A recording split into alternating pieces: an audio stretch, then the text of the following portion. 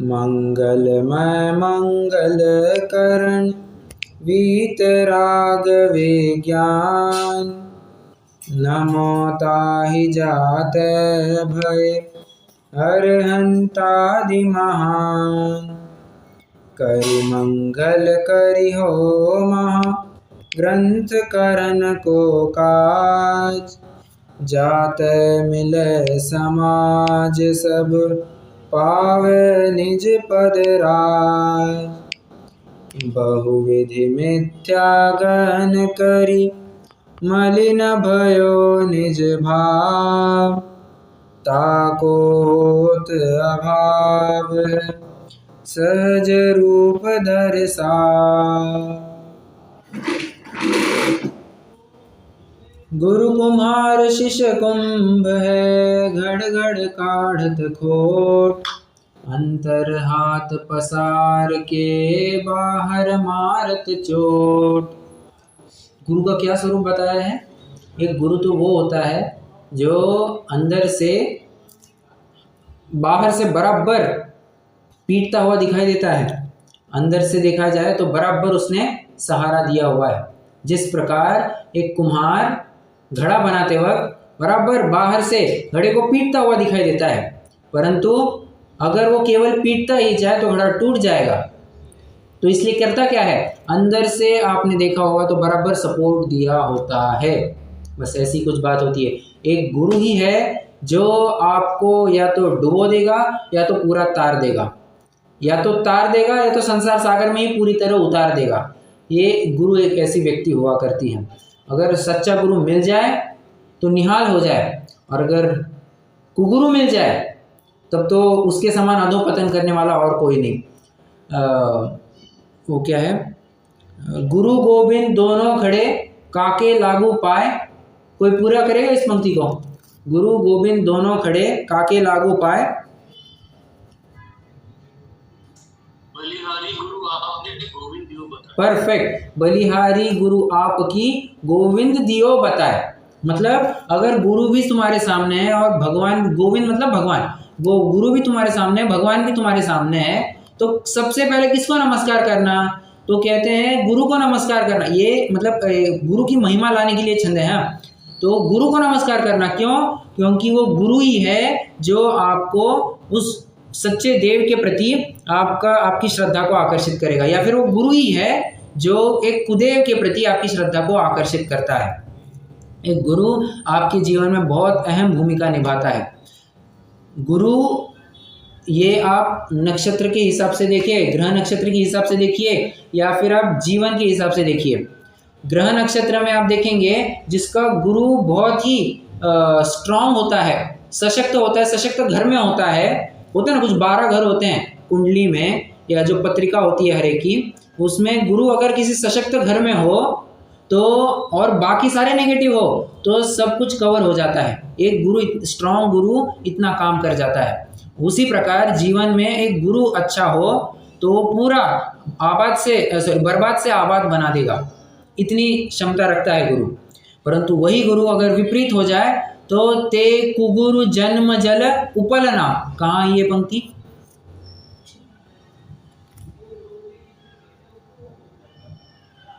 ते कुगुरु जन्म जल उपल, बराबर 6 ढाला की दूसरी ढाल में ये बात आई है कि कुगुरु वे उपल नाव के, पत्थर की नाव के समान है, जो आग डूबे पांडिया ले डूबे यजमान, खुद तो डूबेंगी औरों को भी ले डूबेंगे। ये ऐसे कुगुरु होते हैं, और इसलिए कुगुरु से बचना योग्य ही होता है। कितने तो भी प्रकरण आएंगे, मैंने जैसे कहा था ना, 6वें अधिकार में पूरा यही विवरण चलने वाला है।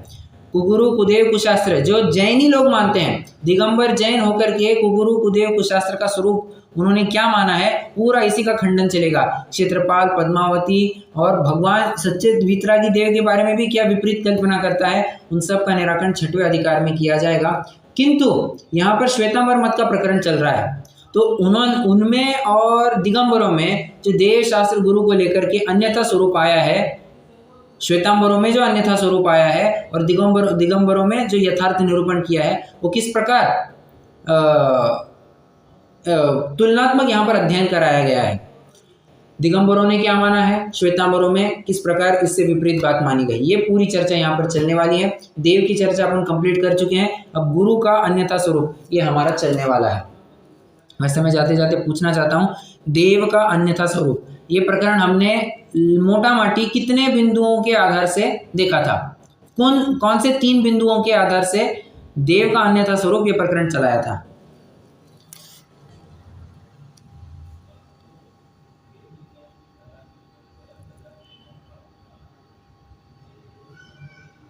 बताइए कौन से 3 बिंदु थे?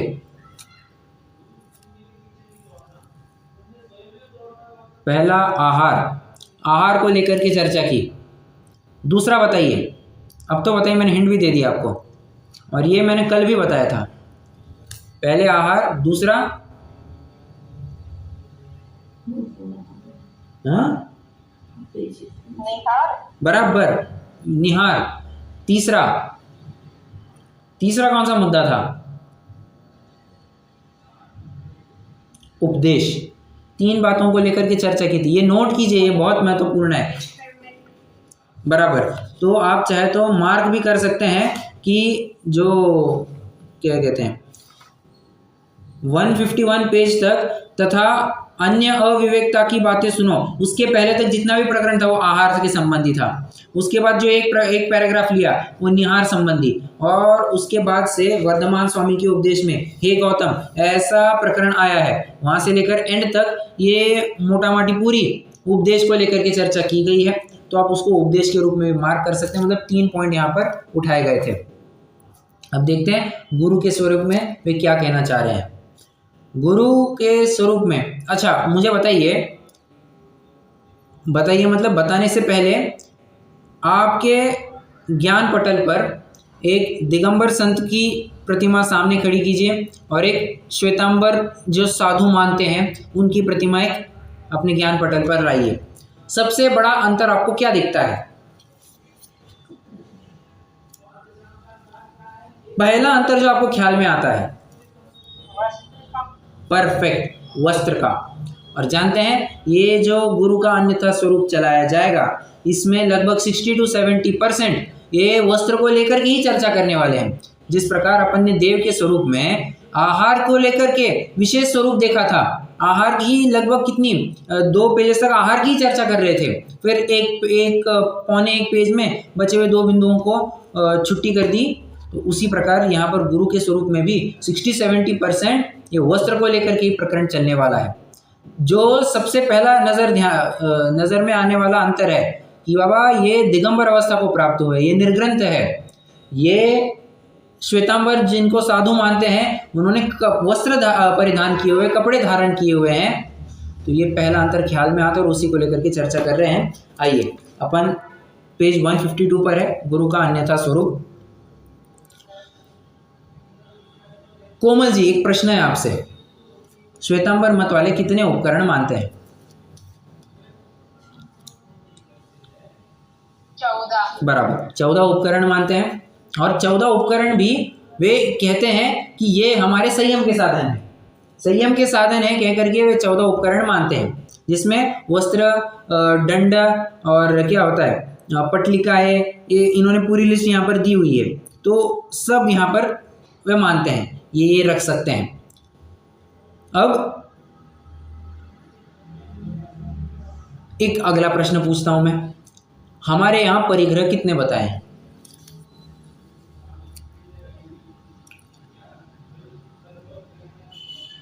परिग्रह कितने बताए हैं? बहिरंग परिग्रह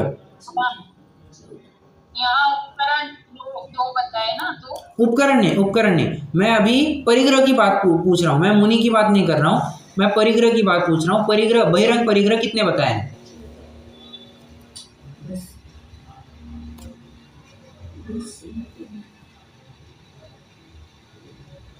10, 14 या 24?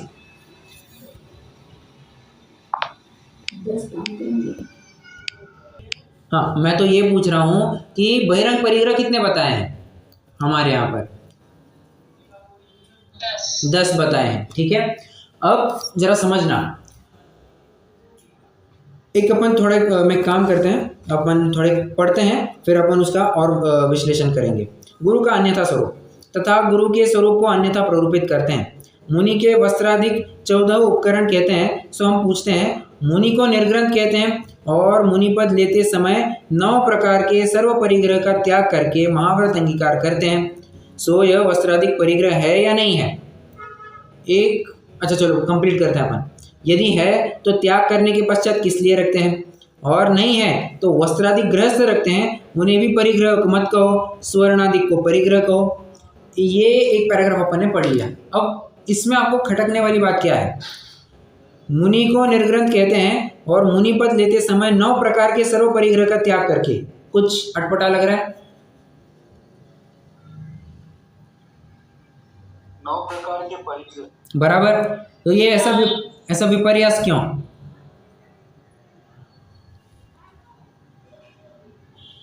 ये शायद सोना चांदी को हिरण्य में ले लिया है। नहीं वो ये नहीं, वस्त्र को वो बर्तन में ले लिया है ना, जैसे बर्तन को वस्त्र में लिए, बर्तन को वस्त्र में लिए। हाँ, इसके लिए 9 प्रकार। बराबर। तत्वार सूत्र के 7वें अध्याय का अगर आप सूत्र देखेंगे तो क्षेत्र वास्तु, अब गिनते जाना, क्षेत्र वास्तु, हिरण्य सुवर्ण, धन धान्य, दासी दास, कुप्य प्रमाणातिक्रम। प्रमाणातिक्रम मतलब इसके प्रमाण में अतिक्रम कर जाना, सो उसे परिग्रह नाम का पाप कहा है। ठीक है, परिग्रह परिमाण व्रत का अतिचार बताया है। ठीक है, अब यहाँ पर अगर गिनेंगे तो 9 ही हो गए। तो कोई कहेगा कि नहीं, यहाँ पर भांड मिसिंग है, कह करके आप कई सारे ग्रंथों में देखेंगे कि कुप्य भांड प्रमाणातिक्रम, ऐसा सूत्र पढ़ेंगे आप, जो कि सरासर गलत है। भांड ये शब्द ऐड करने वालों का ये कहना है कि नहीं, यहाँ पर तो गलती से मिस्टेक हो गई है, ये भांड शब्द डालना रह गया है, इसलिए हम यहाँ पर डाल दे रहे हैं। सो ये उनका कथन उचित इसलिए नहीं है क्योंकि जब अपन तत्वार सूत्र की टीकाएं पढ़ते हैं तो उन टीकाओं में एक प्रश्न उपस्थित किया है कि ये 9 परिग्रह कैसे पता है, परिग्रह तो 10 होते हैं। अब इस प्रश्न से हम क्या सिद्ध कर सकते हैं? हम ये सिद्ध कर सकते हैं कि अगर तत्वार सूत्र की टीकाओं में ये प्रश्न आया है कि 9 परिग्रह कैसे कहे, मतलब सूत्र में भी 9 परिग्रह ही बताए हुए होने चाहिए। समझ में आ रहा है? अगर वहां पर 10 लिखे होते तो प्रश्न ही उपस्थित नहीं होता। समझ में आ रहा है? बस यही बात कहना चाह रहा हूं मैं कि 9 परिग्रह यहाँ जो लिखे हैं ना, वो उसको ध्यान में, तत्वार सूत्र के सूत्र को ध्यान में रखते हुए 9 परिग्रह बताए हैं। अन्यथा 10 परिग्रह ही होते हैं, बराबर, इसमें कोई दो मत नहीं है। और वो कुप्य में बर्तन ये इंक्लूड कर लिया जाता है और उसके कई सारे कारण भी है। आप अगर देखेंगे तो कपड़ा, बर्तन, ये एक जोड़ शब्द के रूप में प्रयोग किया जाता है। जैसे अपन कहते हैं ना रोटी बेटी एक शब्द एक साथ यूज करते हैं, वैसा ही कपड़ा बर्तन ये यूज करते हैं। और हमारे यहाँ तो होता है, काफ़ी होता है कि आप अपने पुराने कपड़े दीजिए और नया बर्तन लीजिए। कपड़े के बदले बर्तन मिलता है और कुछ नहीं, पैसा नहीं, कुछ नहीं, कपड़े के बदले बर्तन मिलता है। ये भी किसका परिचायक है? ये भी उसी का सूचक है कि कपड़ा और बर्तन ये बहुत ही जुड़े हुए हैं, तो कपड़े में बर्तन को समाहित कर लिया है।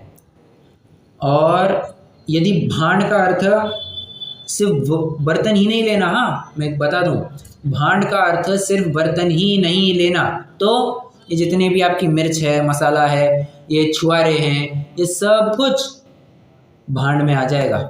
क्या कहा? ये सब कुछ भांड में आ जाएगा, ये भी समझना चाहिए। ये कहाँ से लाया? ये तत्वार सूत्र की टीकाओं को देखना पड़ेगा, पॉइंट नंबर 1। पॉइंट नंबर 2, आप यदि अमर शब्दकोश देखेंगे, अमर शब्दकोश ये किसी जैनी का नहीं है, ये तो बस शब्द को एक डिक्शनरी है। अमर शब्दकोश बोले तो ये डिक्शनरी है, उसमें भांड का अर्थ ढूंढेंगे तो आपको वहाँ पर भांड का अर्थ मिर्च मसाला ऐसा भी मिलेगा आपको एक अर्थ। तो कहना मैं ये चाहता हूँ कि भांड मतलब कोई कोरा बर्तन नहीं होता है, वो मिर्च मसाला छुआरा ये सब ले लिया जाता है। तो समझने वाली बात है ये। खैर अपन थोड़ा सा विषय से हट गए, परंतु ये 9 प्रकार के परिग्रह है ना, उसको लेकर के मैंने खुलासा किया। तो क्या कहते हैं, अब प्रश्न पूछते हैं पंडित साहब तुमने क्या कहा, तुम्हारे मुनि निर्ग्रंथ है। ठीक है, point number 1। Point number 2, sorry statement number 1। Statement number 2, तुमने जब मुनि व्रत धारण किए थे, जब तुमने मुनि दीक्षा ग्रहण की थी, तब तुमने प्रतिज्ञा किसकी ली थी? अहिंसा महाव्रत, सत्य महाव्रत, अचौर्य महाव्रत, ब्रह्मचर्य महाव्रत और अपरिग्रह महाव्रत, बराबर। इन 5 की तुमने प्रतिज्ञा ली थी। तो अप्रतिज्ञा महाव्रत में तुम ये कैसे समझ सकते हो कि ये कपड़ा रखना अलाउड होता है? ये तुम कैसे सिद्ध कर सकते हो? एक, और तुम तो निर्ग्रंथ कहते हो, तुमने स्वयं के मुनि को निर्ग्रंथ कहा है, और निर्ग्रंथ का मतलब तो यही होता है ना कि किसी भी प्रकार का कोई भी परिग्रह उनके साथ नहीं होता है। अपरिग्रह का भी वही अर्थ है। तुम ये सब दंड और कपड़ा ये सब रखने लग जाओगे, ये तुम्हारे परिग्रह के अंतर्गत आएगा या नहीं आएगा? यदि तुम कहते हो कि आएगा, तो तुम तुम्हारे मुनि को निर्ग्रंथ कैसे कहोगे? एक, यदि तुम कहते हो कि ये परिग्रह में आता है कपड़ा वगैरह रखना, तो तुम अपने मुनि को निर्ग्रंथ नहीं कह सकते। एक। दूसरा, यदि तुम कहते हो कि ये परिग्रह में नहीं आता, तो बाबा हमने भी कपड़े परिधान किए हैं, तो हमारे भी परिग्रह मत कहो, हमारे भी परिग्रह मत कहो ना, हमको भी अपरिग्रही सिद्ध करो। तो ऐसे में तो सोना चांदी रखने वाले को अपरिग्रही कहना चाहिए, परिग्रह वाला कहना चाहिए था। केवल कपड़ा रखने वाला ये परिग्रही थोड़ी ना सिद्ध हुआ। कितने जन पहला पॉइंट समझ रहे हैं?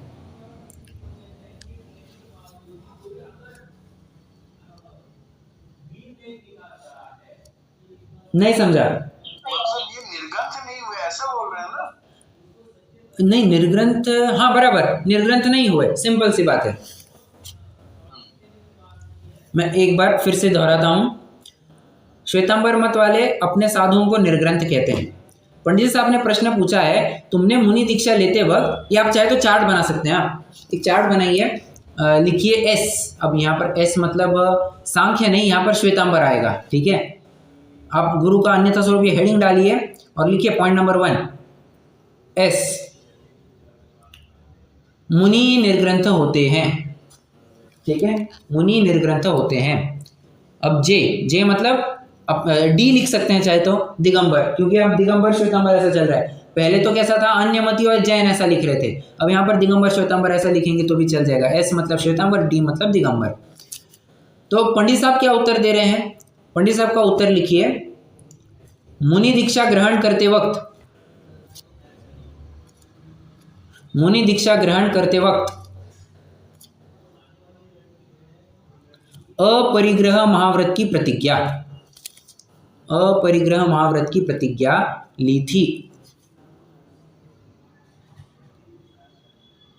अपरिग्रह महाव्रत की प्रतिज्ञा ली थी। अब उसके 2 ब्रांचेस निकालिए, कपड़ा, दंड इत्यादि, कपड़ा, दंड इत्यादि, दंड कहिए, डंडा कहिए, कुछ भी कहिए, पात्र कहिए, वो लिखना, वो भी लिख सकते हैं, इत्यादि परिग्रह नहीं है, सॉरी इत्यादि परिग्रह है, पहले इसमें लिखिए इत्यादि परिग्रह है, इत्यादि परिग्रह है क्वेश्चन मार्क, राइट में लिखिए नहीं है क्वेश्चन मार्क। नहीं है मतलब आप समझ जाना कि ये परिग्रह नहीं है, ठीक है। मतलब ये पंडित साहब प्रश्न पूछ रहे कपड़ा लत्था वगैरह ये परिग्रह है या नहीं है। यदि तुम कहोगे परिग्रह है, ठीक है, तो निर्ग्रंथपना आप लिखिए, निर्ग्रंथ और चौकड़ी लगाइए उसके आगे, मतलब निर्ग्रंथपना कहना संभव नहीं है। ये तो ये कैसा, ये चार्ट याद आ रहा है क्या? ऐसा कुछ चार्ट देखा था अपन ने, ऐसा ही नहीं बट सेम स्तर पर ये कंसेप्ट सेम जा रहा था, कंसेप्ट भी नहीं कह सकते बट आइडिया सेम थी कि अपन कुछ लिखते थे और उसके आगे एक चौकड़ी लगाते थे। वो प्रकरण कौन सा था जो बहुत लंबा चला था?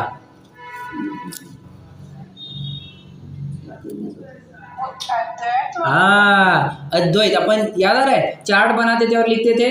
यदि तुम ऐसा कहोगे तो अद्वैतपना गया तुम्हारा, ये तुम वैसे ही दो व्यक्ति मान रहे हो तो तुम्हारा अद्वैतपना कहाँ रहा, सर्वव्यापी अद्वैतपने का खंडन हो गया। तो अद्वैतपने के आगे अपन चौकड़ी लगा देते, बस ऐसी बात यहाँ पर करनी है।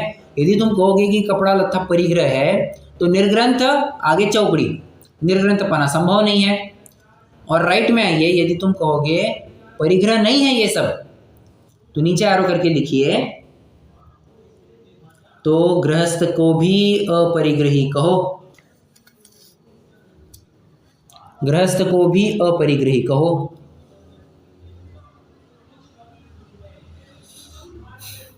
हो गया यहां तक लिख करके? ओके चलो, अब ये पहला पॉइंट रख लिया। अब सामने वाला कह रहा है नहीं नहीं नहीं, जिस प्रकार क्या कहते हैं क्षुधा के अर्थ आहार ग्रहण करते हैं, उसी प्रकार शीत उष्णादि के अर्थ वस्त्र ग्रहण करते हैं। ऐसा ही कुछ प्रकरण पहले भी देखा था अपन ने देव के अन्यथा स्वरूप में। वहां पर वो क्या कह रहा था, वो कह रहा था जिस प्रकार विहार होता है उसी प्रकार आहार होता है, बराबर, जिस प्रकार उनका विहार होता है उसी प्रकार उनका आहार होता है। याद आ रहा है कि ऐसा कुछ पॉइंट देखा था अपन ने?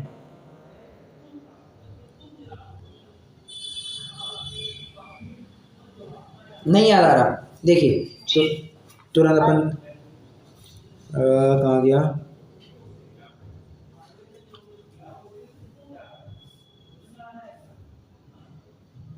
पेज 149, ये देव का अन्यथा स्वरूप उसके पहले ही पैराग्राफ में है।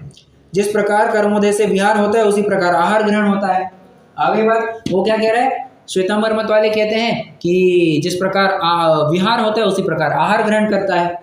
अब उसने तर्क थोड़ा बदल दिया, वो कहते हैं जिस प्रकार आहार ग्रहण करते हैं मुनिराज उसी प्रकार वे वस्त्र भी ग्रहण करते हैं। तो पंडित साहब कहते हैं बाबा जब भी तुमने मुनि दीक्षा धारण की थी तो तुमने प्रतिज्ञा कोई आहार त्याग की नहीं ली थी, प्रतिज्ञा तो तुमने वस्त्र त्याग की ली थी। और वस्त्र का संग्रह करना ये परिग्रह है, अन्नादिक का संग्रह करना ये भी परिग्रह है, परंतु किसी के घर जाकर के आहार करना आप मुझे बताइए परिग्रह है या नहीं है? हम किसी के घर भोजन करने गए तो वो भोजन करना परिग्रह है या नहीं है? नहीं है। बस यही बात यहाँ पर कही जा रही है कि कपड़े का संग्रह करना ये तो परिग्रह है, इसको तो कोई भी अपरिग्रह नहीं कहता है, लोक में ये प्रसिद्ध बात है। अन्नादिक का संग्रह करना ये परिग्रह है या नहीं है? देखो अन्नादिक के संग्रह की बात कर रहे हैं, अन्नादिक का संग्रह करना परिग्रह है या नहीं है?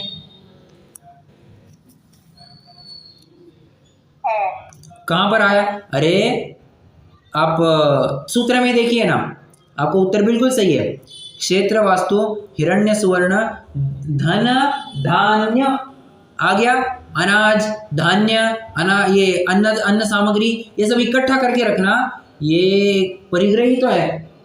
चींटियों के पाई जाती है नहीं पाई जाती है, सब इकट्ठा करके रखते हैं, संग्रही वृत्ति, बस यही बात है। तो अन्नादिक को इकट्ठा करके रखना ये भी परिग्रह है, परंतु आहार को ग्रहण करना और भोजन करना ये कभी परिग्रह नहीं कहा जाता। किसी के घर गए भोजन करना ये परिग्रह नहीं होता है, ठीक है? कोई कुछ कह रहा है, कुछ कहना चाहता है कोई? नहीं। तो आप लिखिए पॉइंट नंबर 2, जिस प्रकार आहार उसी प्रकार वस्त्र, जिस प्रकार आहार ग्रहण करते हैं ऐसा लिखिए। पॉइंट नंबर 2 एस मतलब श्वेतांबर, जिस प्रकार आहार ग्रहण करते हैं उसी प्रकार वस्त्र ग्रहण करते हैं।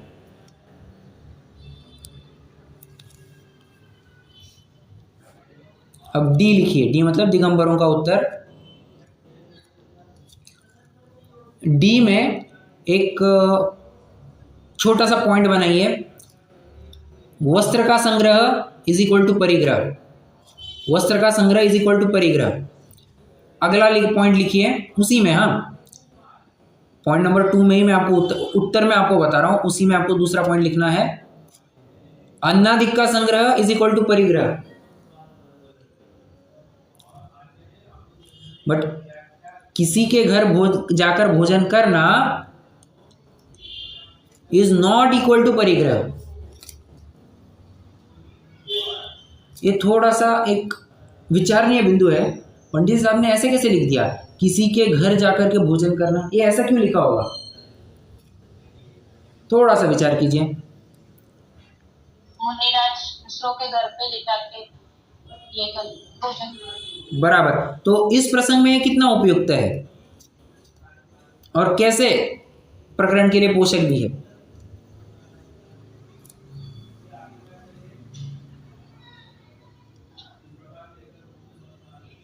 एक्चुअली इसमें संग्रह भी नजर नहीं आ रहा ना, परिग्रह।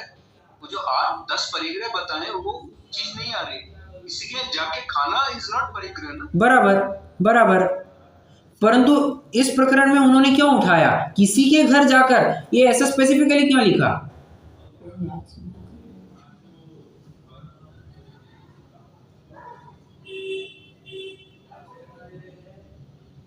क्योंकि हाँ बोलिए बोलिए बोलिए। गुरु की बात है ना, गुरु की बात है ना, गुरु का अन्यथा स्वरूप बोल रहे हैं ना। हाँ टॉपिक बराबर।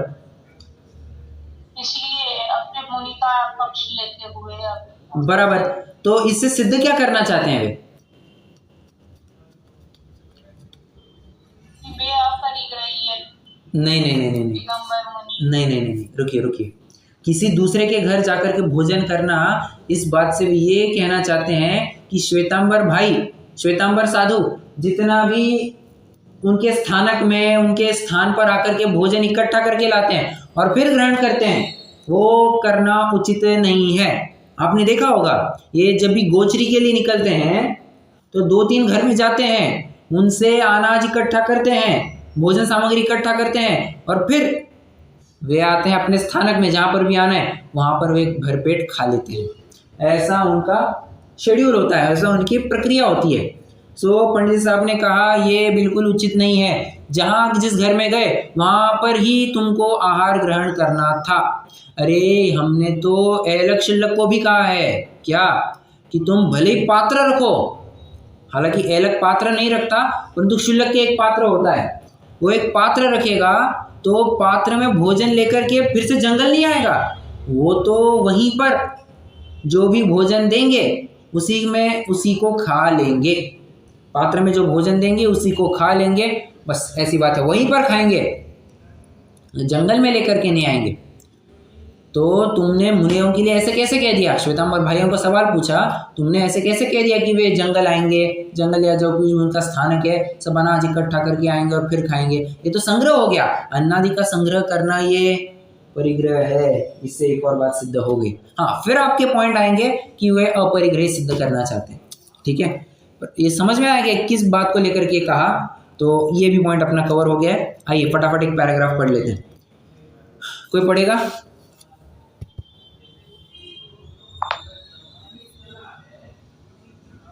यदि कहोगे जिस प्रकार क्षुधा के अर्थ आहार ग्रहण करते हैं उसी प्रकार शीत उष्ण आदि के अर्थ वस्त्रादि ग्रहण करते हैं, परंतु मुनि पद अंगीकार करते हुए आहार का त्याग नहीं किया है, परिग्रह का त्याग किया है। तथा अन्नादि का संग्रह करना तो परिग्रह है, भोजन करने चाहे वह परिग्रह नहीं है।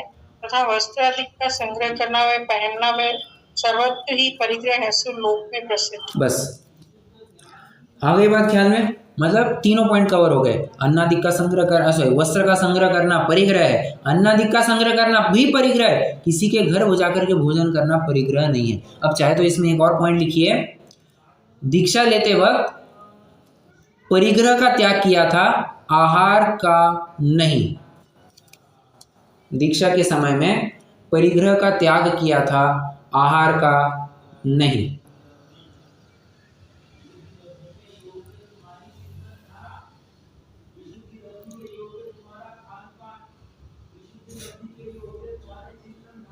ठीक है, बढ़ना है आगे। अब देखो, अब तो हद हो गई। वो कहता है नहीं साहब, शरीर की स्थिति के अर्थ, परिणामों की स्थिरता के अर्थ हम इसको ग्रहण करते हैं। ये तो नेक्स्ट लेवल बात हो गई। हाँ, परिणामों की स्थिरता के लिए, परिणामों की स्थिरता के लिए हम वस्त्र ग्रहण करते हैं, हमें कोई ममत्व नहीं है। ये तो ऐसी बात हो गई, कोई कहेगा नहीं साहब जब तक अगर मैं 2 बोतल पीता नहीं हूँ, जब तक 2-3 बोतल गटका नहीं लेता हूँ शराब की, तब तक मुझे चैन नहीं पड़ती है, परिणामों की स्थिरता नहीं होती है। जब तक मैं वेश्या सेवन ना कर लूँ, सप्त व्यसन में ना उलझूँ, तब तक मुझे चैन नहीं पड़ती। जब तक मैं स्मोकिंग ना कर लूँ, मुझे चैन नहीं पड़ती है। कई लोगों का होता है जब तक मैं नॉनवेज ना खाऊं चैन नहीं पड़ती है। कई लोगों को जब तक मैं घूमने ना जाऊं चैन नहीं पड़ती है। अरे तो ऐसे तो हर एक के लिए कोई विषय कषाय में प्रवृत्ति होगा और कहेगा इससे मेरी परिणामों की स्थिरता होगी, सो तो अपने विषय कषाय का पोषण कर रहा है, सो परिणामों की स्थिरता के लिए कोई कुछ भी करेगा। समझ में आ रहा है? इससे तुम छल ग्रहण मत करो कि तुम्हारे परिणामों की स्थिरता के लिए आहार ये परिणामों की स्थिरता ये साधना में उपयुक्त है। ये तुम्हारे क्या कहते हैं ले तप बढ़ावन हेतु नहीं तन पोषते, ये कोई अपने शरीर को धृष्ट पुष्ट बनाए रखने के लिए नहीं, ये तो इतना आहार देते हैं, मुनिराज भी उतना ही आहार देते हैं जितना कि उनकी साधना में बाधक ना होने लग जाए, इतना ही आहार लेते हैं। ऐसा लगने लग जाए कि अब ज़्यादा आहार साधना में बाधक हो रहा है, आहार के ऊपर कटआउट कर देते हैं, वे कम भोजन करते हैं या फिर उपवास आदि करना चालू हो जाते हैं। तो कहने की बात यह है कि आहार ये आवश्यक है, आहार मुनि को करना आवश्यक है जितना कि उनकी साधना में बाधक ना हो, ठीक है। परंतु वस्त्र को धारण करना ये परिणामों की स्थिरता के लिए कहाँ से लाया? ये परिणामों की स्थिरता के लिए तो नहीं होगा। कोई कहेगा फिर हमारी परिणामों की स्थिरता के लिए हम एक हाथ स्त्री रखते हैं, हमारी परिणामों की स्थिरता उससे होती है। कोई कहेगा फिर हम एक घर रखते हैं, अब फिर ऐसे में गृहस्थ और मुनि में अंतर क्या रहेगा? गृहस्थ भी तो, अरे गृहस्थ छोड़ो, जो कोई भी परिग्रह इकट्ठा किया जाता है वो सब परिणामों की स्थिरता के लिए ही तो किया जाता है। अपनी जो कषाय थी कि मुझे अमुक वस्तु चाहिए और अमुक वस्तु मिल गई तो कषाय शांत हुई या नहीं हुई, तो हर एक कषाय जीव को लगता है कि मेरी एक अमुक इच्छा है वो पूरी हो जाए तो कषाय शांत हो जाएगी। तो परिणामों की स्थिरता अगर ऐसे मानोगे तब तो हर एक के परिग्रह को तुमको परिणामों की स्थिरता मानना पड़ेगा। ये मानो, ये तुमको समझो, ये तुम जो कह रहे हो ना कि परिणामों की स्थिरता के लिए वस्त्र को धारण करते हैं, ये बात योग्य नहीं है। और तुम यदि कहते हो ना कि परिणामों की स्थिरता के लिए, सो तो हम ऐसा स्वरूप गृहस्थ का कहते हैं जिसको बाह्य साधनों को छोड़े बिना, मतलब इतना पुरुषार्थ नहीं हो रहे कि वो सब बाह्य साधनों को छोड़ दे, परंतु बराबर से वो पुरुषार्थ के लिए प्रयासरत है, हम उसको गृहस्थ धर्म नाम देते हैं। और जो इतना पुरुषार्थ रखता है कि मैं समस्त संयोगों को छोड़ करके एकमात्र कमंडल और पीछे मेरी जितने भी आवश्यक है उतना ही रखूंगा, और रहा इन केस रहा तो एक शास्त्र रहेगा। जिनका इतना ही परिग्रह होता है, पर अब परिग्रह भी कैसे कहे, बट जिनके पास इतनी सामग्री होती है जो एक धागा भी अपने पास नहीं रखते, सो ऐसे को हम मुनि धर्म के अंतर्गत रखते हैं। तुम जो कह रहे हो ना, तुम उसको श्रावक धर्म कहो ना, तुम उसको मुनि धर्म के नाम पर क्यों चला रहे हो? और यदि तुम इसको मुनि धर्म कहोगे तो तुम्हारे हिसाब से श्रावक धर्म क्या, ये बताओ। यदि तुम इतना सब परिग्रह रख करके तुम मुनि धर्म कहते हो तो श्रावक धर्म तो तुम क्या कहोगे? समझ में आ रहा है? अब देखिए एक पैराग्राफ पढ़ते हैं यहाँ से। हाँ जी पढ़िए।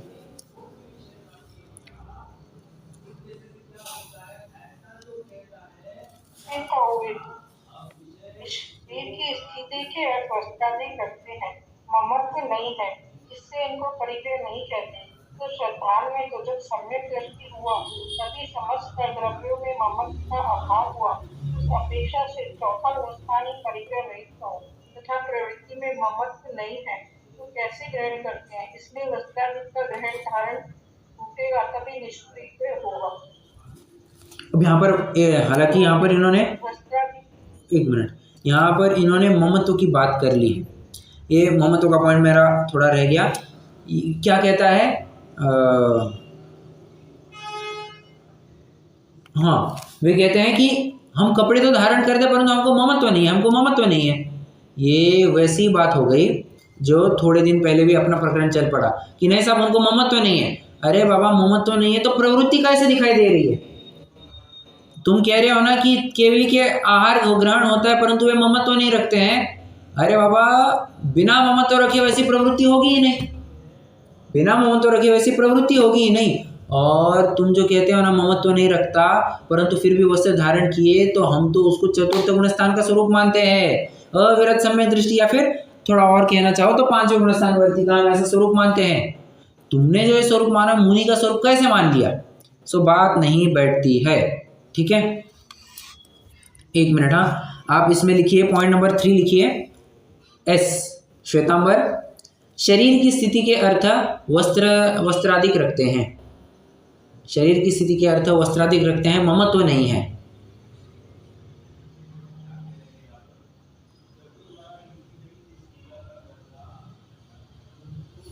उत्तर में लिखिए डी,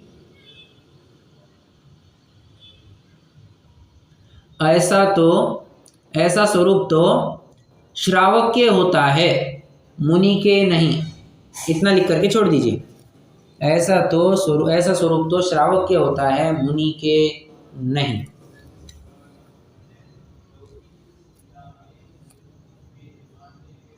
पहले वाला जो बोला, ये तो आपको ग्रंथ में से ही लाइन चिपकानी है। श्वेतांबर की जो बात है ना, वो आपको ग्रंथ में से ही लाइन चिपकानी है।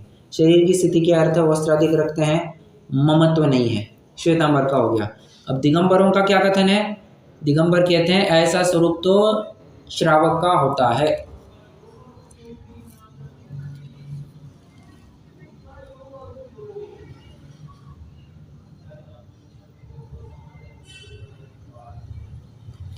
ठीक है, कितना हो गया? 36 मिनट हो गए। ठीक है, एक पैराग्राफ अपन कंप्लीट कर लेते हैं। और देखो, वो अब अगला पॉइंट कह रहा है। अब मैं जो नोट कराऊंगा ना वो इसी में कंटिन्यू होगा। पॉइंट नंबर 3 में ही कंटिन्यू होगा। बट क्या लिखना है मैं आपको बताता हूँ, पहले थोड़ा सा समझते हैं। क्या कह रहा है अभी? वो कह रहा है ये कोई वस्त्राधिक ले जाए। क्या हुआ? कुछ प्रश्न है? आवाज थोड़ा गड़बड़ होती है। ठीक है, अब वो कह रहा है नहीं कोई वस्त्र वगैरह भी, बराबर है ना। चलो, तो कोई वस्त्राधिक ले जाए तो क्रोध नहीं करते, और क्षुधा लगे तो उन्हें बेचते नहीं है। वो वस्त्राधिक पहनकर प्रमाद नहीं करते, परिणामों की स्थिरता द्वारा धर्म ही साधन करते हैं, इसलिए ममत्व नहीं है। हालांकि वो जो पॉइंट था ना परिणामों की स्थिरता के लिए, ये यहाँ पर आ रहा है अभी। ठीक है, वो ममत्व का पॉइंट अपना थोड़ा रह गया, वो मैंने पहले कवर करवा दिया। ठीक है, अब परिणामों की स्थिरता वाला जो पॉइंट है वो यहाँ पर आ रहा है। फिर से वही बात, वो कहता है कि परिणामों की स्थिरता के लिए। अरे वह परिणामों की स्थिरता के लिए कोई कुछ भी करेगा, तुम उसको स्वीकार करोगे क्या? अब जैसे वो स्वाध्याय में 6ठे 7वें गुण स्थान में चला गया। ठीक है, मतलब क्या?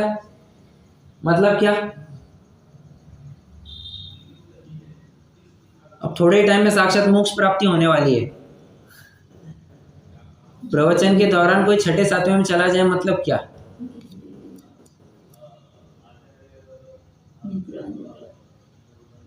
अरे कोई गया नहीं है क्या अभी तक, या सभी चले गए अभी? आप सोने की बात कर रहे हो?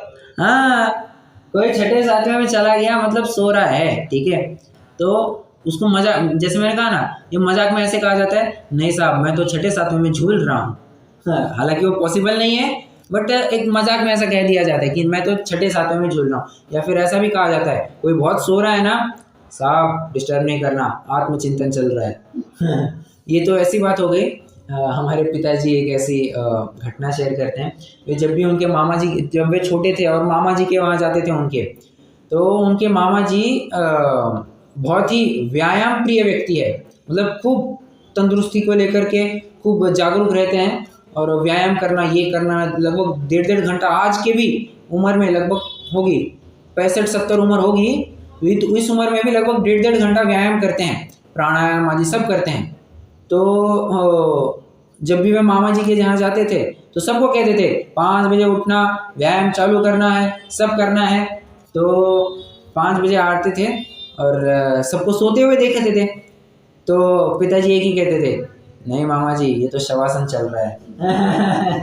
ये तो शवासन चल रहा है, ऐसा कह करके वो व्यायाम शवासन व्यायाम का ही एक प्रकार माना जाता है। तो चल रहा है, सब वही चल रहा है, हमारा व्यायाम ही कर रहे हैं। ऐसी ही कोई आड़ में वो ये श्वेतांबर भाई कह रहे हैं कि नहीं नहीं, ये तो हमारी परिणामों की स्थिरता के लिए चल रहा है। अरे परिणामों की स्थिरता के लिए ऐसे कुछ भी लोगे क्या तुम? ये संभव नहीं है। आइए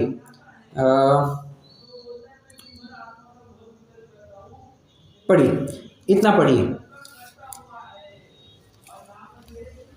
फिर कहोगे वस्त्राधिक को कोई ले जाए तो क्रोध नहीं करते, वह शूलाधिक लगे तुम्हें बेचते नहीं है, वह वस्त्राधिक पहनकर प्रमाद नहीं करते, परिणामों की स्थिरता द्वारा धर्म की साधन करते हैं, इसलिए ममत्व नहीं है। तो बाह्य क्रोध भले न करो, परंतु जिसके ग्रहण में इष्ट बुद्धि होगी उसके वियोग में अनिष्ट बुद्धि होगी ही होगी। यदि इष्ट बुद्धि नहीं है तो उसके अर्थ याचन किस लिए करते हैं तथा बेचते नहीं है, सो धातु रखने से ही अपनी हीनता जानकर नहीं बेचते। परंतु जिस प्रकार धनाधिक का रखना है उसी प्रकार वस्त्राधिक का रखना है। लोक में परिग्रह के चाहक जीवों को दोनों की इच्छा है, इसलिए चोराधिक के भयाधिक के कारण दोनों समान है तथा परिणामों की स्थिरता द्वारा धर्म साधन ही से परिग्रहपना न हो तो किसी को बहुत ठंड लगेगी, वे रजाई रखकर परिणामों की स्थिरता करेगा और धर्म साधेगा, तो उसे भी निष्परिग्रह कहो। इस प्रकार गृहस्थ धर्म मुनि धर्म में विशेष क्या रहेगा? जिसके परिचय सहने की शक्ति न हो वह परिग्रह रखकर धर्म साधन करे, उसका नाम गृहस्थ धर्म, और जिसके परिणमन निर्मल होने से परिचय से व्याकुल नहीं होते वह परिग्रह न रखे और धर्म साधन करे, उसका नाम मुनि धर्म। इतना ही विशेष। बस आपको लगभग अंदाज़ा लग गया होगा, क्योंकि इसकी चर्चा अपन कर चुके हैं। आपको अंदाज़ा लग गया होगा कि ये पैराग्राफ में कहना क्या चाहते हैं। तो तुम मुनि धर्म गृहस्थ धर्म में विशेष क्या रखोगे? अगर मुनियों का भी वही स्वरूप मानोगे जो गृहस्थों का मानते हो, तो दोनों में अंतर कैसे करोगे? करना ही संभव नहीं है। हम तो इतनी ही बात कहते हैं, जो वस्त्र को धारण करके आत्म साधना करे उसको हम गृहस्थ कहते हैं, परंतु ऐसे गृहस्थपने से हम मोक्ष की प्राप्ति कदापि नहीं कहते। क्यों? क्योंकि अरहंत पद की प्राप्ति के लिए, मोक्ष पद की प्राप्ति के लिए हमारा सबसे परिभाषा की शुरुआत ही कहाँ से होती है? अरहंत पद की प्राप्ति के लिए हम शुरुआत परिभाषा कहाँ से करते हैं? अरहंत की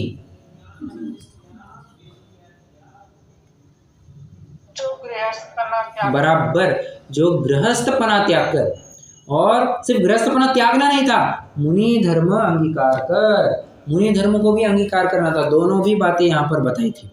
तो अगर दोनों अलग ही ना हुए तो ये दो स्टेप भी नहीं बनेंगे, दो पॉइंट कहना भी नहीं बनेगा। तो बात इतनी समझने वाली है कि परिणामों की स्थिरता के लिए कोई कुछ भी करेगा तो वो स्वीकृत नहीं है। यहाँ पर परिणामों की स्थिरता ये तो तुम अपनी कषाय के अनुसार कह रहे हो। जैसे कोई कहेगा कि मैं परिणामों की स्थिरता के लिए नहीं पीता हूँ, और कोई कहेगा कि मैं इस परिणामों की स्थिरता के लिए पीता हूँ। तो मुझे बताइए, पीना, शराब को पीना, ये परिणामों की स्थिरता के अर्थ योग्य है या नहीं है? अरे कैसे कह सकते हैं? किसी को योग्य लग रहा है, किसी को अयोग्य लग रहा है। कोई शराब पिएगा तो उसको इजी लग रहा है, कोई शराब नहीं पिएगा तो उसको कंफर्टेबल है। हाँ, अब ये इसमें कैसे बाइफरकेट करेंगे? ठीक है। और तुम जो कह रहे हो ना कि ममत्व नहीं करते, अब इष्ट बुद्धि हुए बिना किसी को धारण नहीं करता, और जब भी इष्ट बुद्धि रखी है उसके अभाव में अनिष्ट बुद्धि आए बिना रहेगी नहीं। तो वितरागता भी तुम्हारा खत्म, तो तुम्हारी वितरागता के ऊपर चौकड़ी लग जाती है। ओके, किसी को यहाँ तक कोई दिक्कत?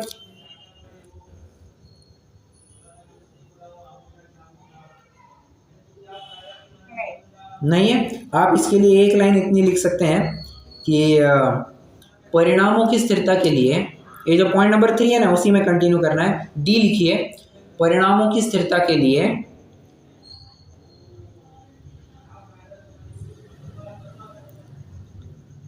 कुछ भी करना योग्य नहीं है।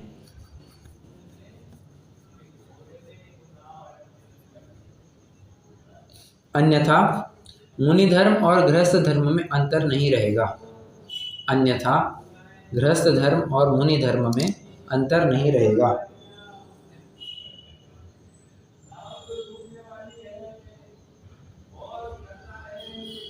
ठीक है, चलिए ये प्रकरण अभी बचा हुआ मतलब आगे के प्रकरण से अपन कल प्रारंभ करेंगे। कोई प्रश्न हो तो पूछ सकते हैं।